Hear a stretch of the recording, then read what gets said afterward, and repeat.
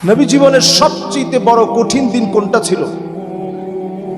নবী করিম সাল্লাল্লাহু আলাইহি ওয়াসাল্লাম জীবনে যে কষ্ট করেছেন, নবীজি সাল্লাল্লাহু আলাইহি সাল্লাম হাদিসের মধ্যে ইরশাদ হয়েছে, নবীজি বলেন ওয়ালিকুল্লি নাবিয়্যিন দাওয়াতুম মুস্তাজাবাহ। সব নবীরা আল্লাহর কাছে বিপদে পড়ে দোয়া করেছে, আল্লাহ তাআলা সব নবীদের দোয়া বিপদ অবস্থায় কবুল করছেন। আল্লাহর হাবিব বলেন ইন্নী ইখতাবাতু দাওয়াতি শাফাআতান লিউম্মতি। আমি নবী বিপদে পড়েছি, মুসিবতের মধ্যে পড়েছি, বারবার পেরেশানির ভিতরে পড়েছি। আল্লাহর কাছে আমি সেই মুহূর্তে কোনো কিছুই বলি নাই। ইন্নী ইখতাবাতু দাওয়াতি, দোয়ার এই সুযোগটা আল্লাহর কাছে চেয়ে রেখেছি।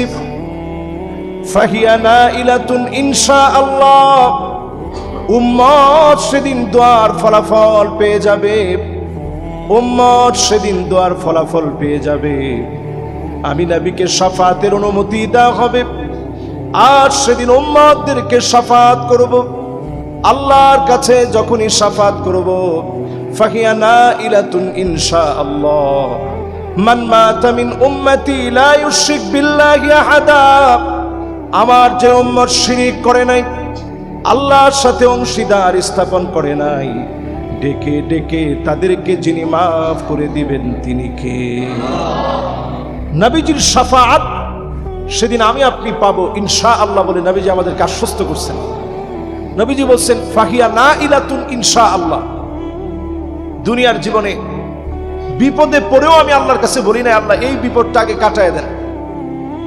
আমি আমার উম্মতের বিপদের কথা মনে করে আল্লাহর কাছে কিছুই বলি নাই, আল্লাহর কাছে কিছুই চাই নাই।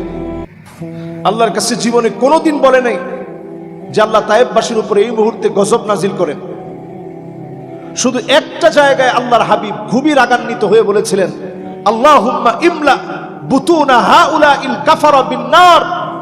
আল্লাহ যেই ইহুদি গোষ্ঠীর কারণে আমি নবী আজকে নামাজ পড়তে পারি নাই, এদের কবরগুলাকে আর পেটগুলাকে ঘরগুলাকে তুমি আগুন দিয়ে ভরে দাও। বলেন আল্লাহু আকবার।